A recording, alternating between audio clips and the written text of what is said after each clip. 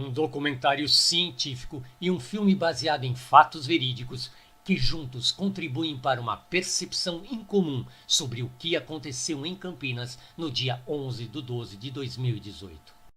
Provavelmente tem coisas que você não sabe sobre o seu cérebro e que, se soubesse, poderia usar a seu favor.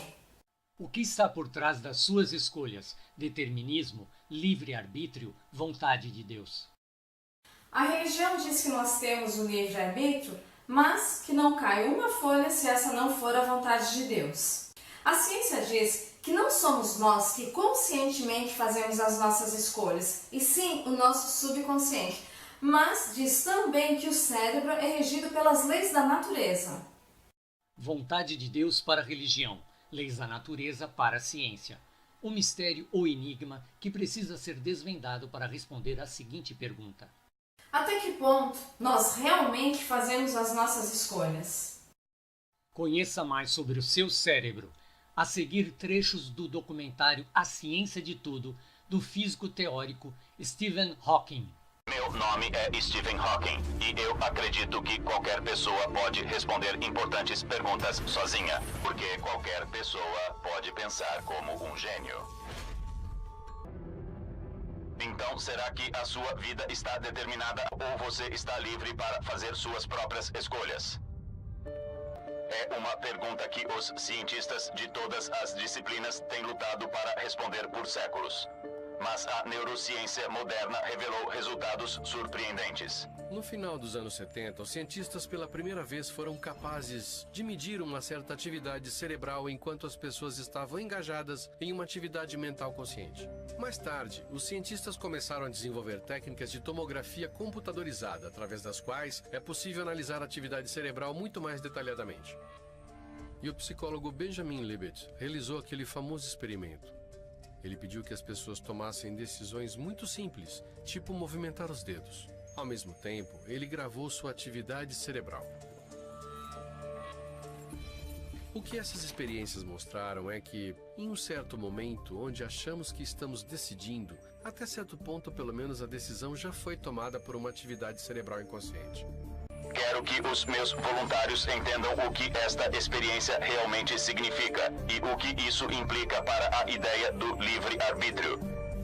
Então, vamos executar uma versão dela no castelo, utilizando alguns equipamentos de alta tecnologia. O que é que está acontecendo aqui? O que é isso? Pronto, é uma leitura. Sou eu, bem lá no castelo. Tinha uma engenhoca na minha cabeça e ela estava lendo os meus pulsos elétricos. Estava lendo a atividade no meu cérebro. Esta engenhoca se chama EEG. O que estamos vendo aqui é a atividade elétrica dos 100 bilhões de células nervosas no seu cérebro. Ok. Agora nós vamos medir algumas decisões espontâneas que você vai tomar. Ok. Então, eu quero que você, em certo ponto, quando você sentir vontade, eu quero que você pressione esse botão espontaneamente. E também quero que você me diga onde está o marcador na tela quando você se decidir. Ok.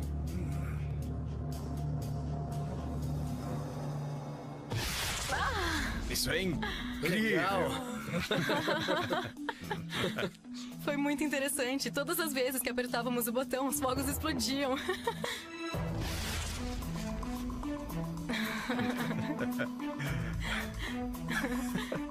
Foi por volta da marcação dos 50. Meu coração disparou.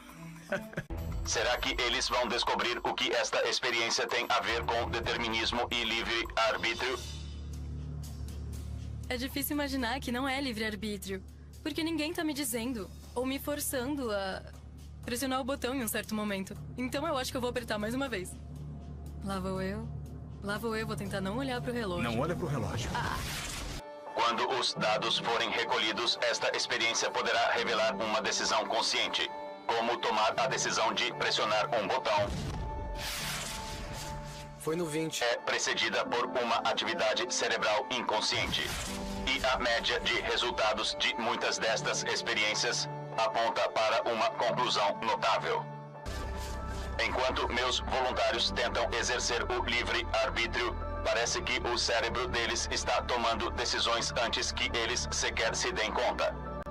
Nós vamos mostrar a média da atividade cerebral antes do momento em que vocês pressionaram o botão. Bom, vamos dar uma olhada aqui. Essa é a atividade elétrica do cérebro, na hora do movimento. O gráfico abrange um período de 2,5 segundos. Logo após o pico, é o exato momento em que o botão é pressionado. A grande questão é, quando vocês decidiram conscientemente apertar o botão? 1 segundo antes de apertarmos. Você acha que você se decidiu aqui? Sim.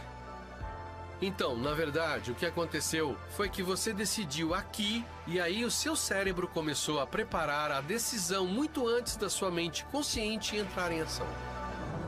Estes dados nos mostram que a parte subconsciente do cérebro começa a tomar uma decisão cerca de meio segundo antes de nós fazermos aquilo conscientemente. E o dedo realmente se move outro meio segundo depois disso. Isso sugere que a mente subconsciente e não a mente consciente tomou a decisão de pressionar o botão. Se isto estiver certo, então não temos livre-arbítrio. É claro que eu tenho livre-arbítrio. Se eu fosse apenas um cérebro, seria apenas um cérebro. Não haveria outras coisas. O que eu sinto e o que eu penso. Se houvesse apenas um cérebro sentindo isso, por que ele determinaria tantas outras coisas em nossas vidas? Minha opinião é que o cérebro é feito de uma matéria que, como o restante do universo, deve seguir as leis da natureza. Não existe um material especial em nossa cabeça. Meus voluntários aprenderam que o universo é, tanto quanto nós podemos dizer, regido por leis. Pelo que você pode ver, a nossa escolha acontece no subconsciente meio segundo antes de uma atividade cerebral consciente ser registrada no cérebro. Este fato nos permite deduzir que as nossas escolhas não acontecem na medida de tempo que nós conhecemos como presente, mas sim num infinito momento contínuo que vem acontecendo desde o nosso primeiro instante de vida. São as linhas de raciocínio que nós alimentamos no decorrer da vida que vão definir as escolhas do nosso subconsciente. Você sabe o que isso significa? Significa que se você quer fazer uma boa escolha, você vai ter que alimentar o seu subconsciente com informações que sejam coerentes com aquilo que você considera uma boa escolha. O cérebro humano foi desenvolvido para que o homem possa escolher os seus sentimentos. Acredite, até mesmo diante da maldade de uma pessoa, você pode escolher se você vai odiar ou perdoar. E não pense que isso tem a ver com sentimentos, tem muito mais a ver com uma linha de raciocínio. Você vai assistir trechos do filme Graça e Perdão, baseado em fatos verídicos, que conta a história de um crime cometido contra a comunidade Amish em outubro de 2006 na Pensilvânia, onde 5 crianças morreram. O que chama a atenção no filme é que no mesmo dia da tragédia, membros da comunidade Amish visitaram a família do responsável pela morte das crianças, não só para dizer que perdoavam aquele homem, mas para se colocar à disposição para ajudar aquela família também a superar a perda, porque eles também haviam perdido um pai de família. Minha filha, Mary Beth, morreu esta manhã. Eu sinto muito, deve estar sofrendo muito.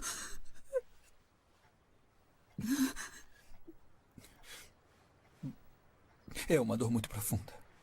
É.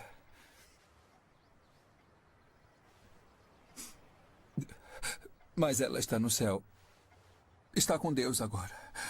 E ela está em paz.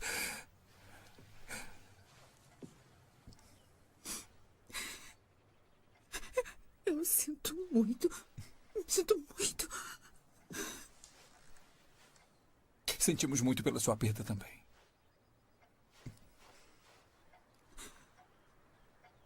Minha perda? A senhora perdeu o marido? Seus filhos perderam o pai. Lamentamos pela senhora também. Nós não guardaremos nenhuma raiva contra Charlie. Ele era conhecido da maioria de nós. Nós viemos aqui para dizer que o perdoamos.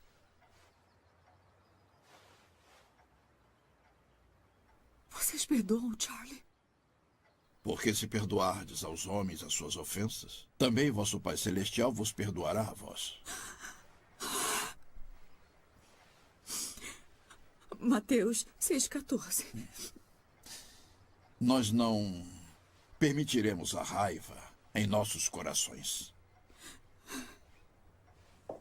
Sabemos que enfrentará um julgamento pesado e queremos oferecer a nossa ajuda. Somos seus vizinhos. Se a senhora e os seus precisarem de alguma coisa, nós esperamos que nos conte.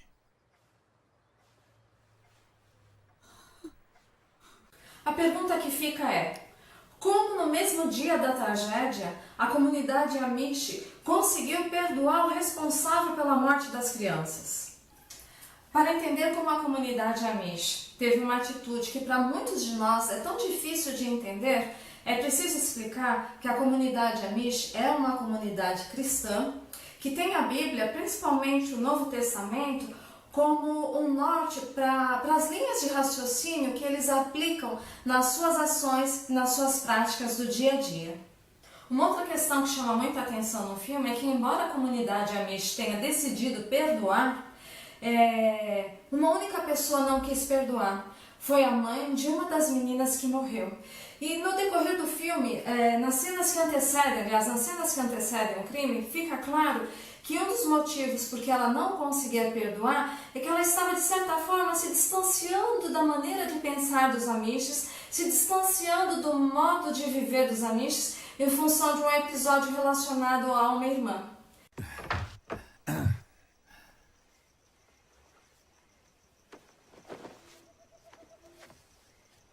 Que é isso? A Emma mandou. É um presente. E você aceitou? Ela é desviada. Eu sei. Então, o que você está fazendo? Ela é minha irmã, sinto falta dela. Eu estava pensando... Eu quero visitá-la. Acho que você quer mais que isso. Não por mim. É pela Mary Beth. Ela quer ser professora. E ela será professora, aqui? Sim, mas e se ela não escolher ficar? Para ensinar inglês, precisa ir para a faculdade. E ela é tão inteligente, Gideon. Não acha que devíamos ao menos Nós fizemos a nossa escolha e dá muito tempo. Foi a escolha certa para nós, mas Mary Beth... Vai fazer sua própria escolha quando chegar lá. Mas aí será tarde demais, terá perdido a chance de ir para a faculdade. Ouça, Gideon, a Emma fez uma oferta muito generosa. Ela disse que Mary Beth pode ficar com ela por um tempo, para ver como é ir para uma faculdade. O que está dizendo? Eu só estou dizendo que talvez devêssemos tentar. Quer que a nossa filha se desvie também? É claro que não. Ela não se desviaria. Ela ainda nem foi batizada. Eu só estou dizendo...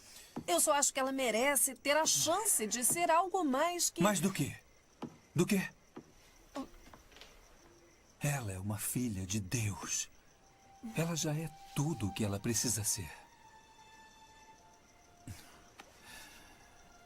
É a Emma quem está colocando essas ambições em você. É a Emma que vive com os forasteiros, tentando você com assuntos mundanos. Não deveria mais falar com ela.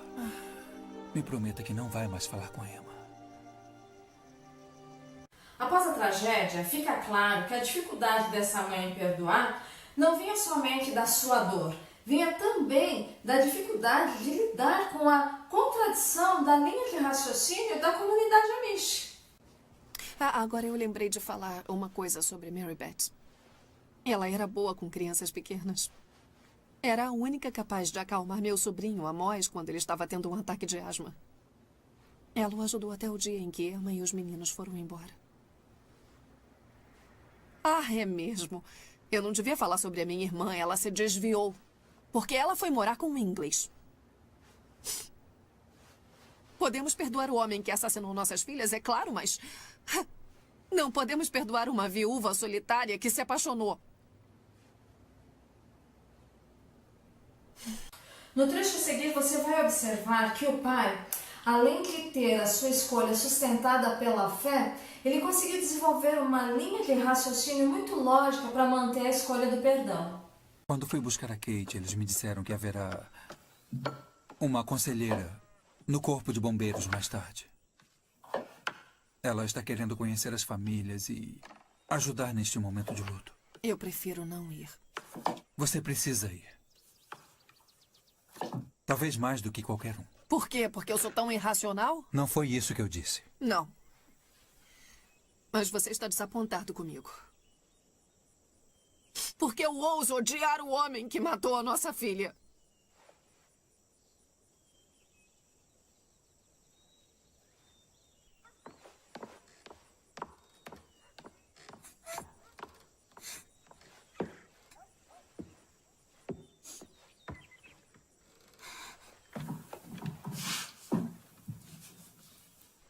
Eu também odeio aquele homem.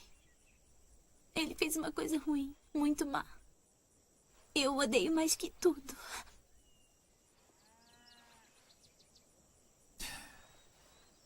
Ele fez uma coisa muito ruim. E eu não culpo você por odiá-lo. Pode odiá-lo. O quanto quiser.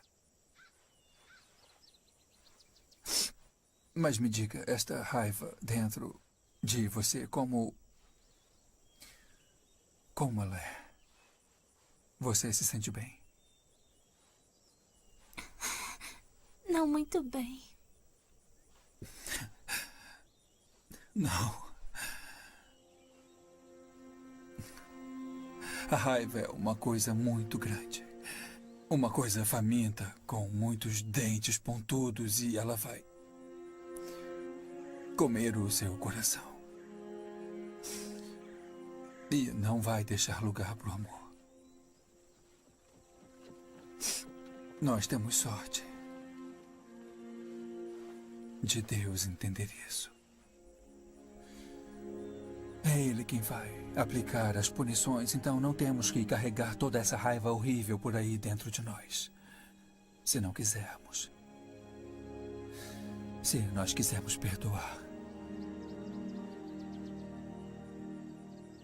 Talvez eu possa perdoá-lo. E ainda odiá-lo um pouquinho.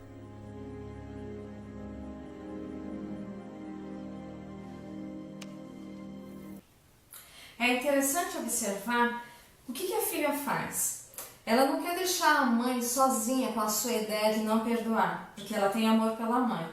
Por outro lado, o pai apresentou uma linha de raciocínio que faz com que ela entenda que sentir-se mal não é bom.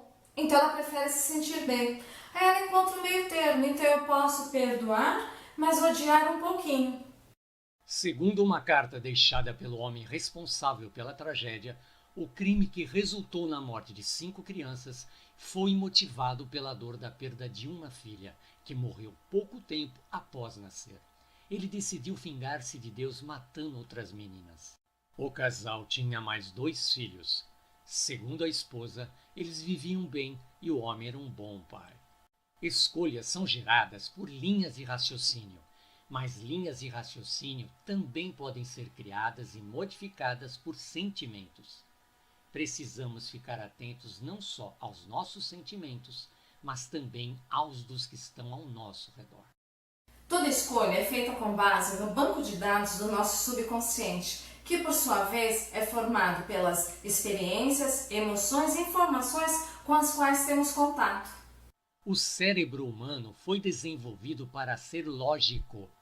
Ninguém pode servir a 2 senhores ao mesmo tempo. Mateus 6:24.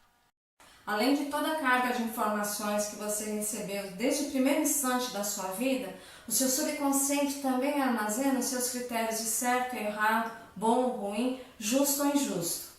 Cada vez que você pensa, sente ou age contrariando um desses critérios, você cria uma perturbação no banco de dados do seu subconsciente. E aí é que acontece uma confusão mental na hora de fazer uma escolha. As nossas escolhas não acontecem na medida de tempo que conhecemos como presente, mas sim no infinito momento contínuo. Cada emoção, pensamento e informação, em algum instante, vai virar escolha e realidade. Na medida em que você consegue criar linhas de raciocínio para se sentir bem, você estabelece uma paz interior que vai te ajudar a ter uma interpretação muito mais positiva da vida. Coisas boas ou ruins vão continuar acontecendo. O que vai mudar é a maneira como você lida com essas situações. E para encerrar, se você ainda tem dúvidas sobre a questão livre-arbítrio ou vontade de Deus, vale a pena citar o que disse Joseph Murphy, o autor do famoso livro O Poder do Subconsciente. A vontade de Deus é harmonia, paz, alegria, plenitude, beleza e perfeição. E aí eu te faço uma pergunta. Não será essa também a sua vontade? Pense nisso. Até o próximo vídeo.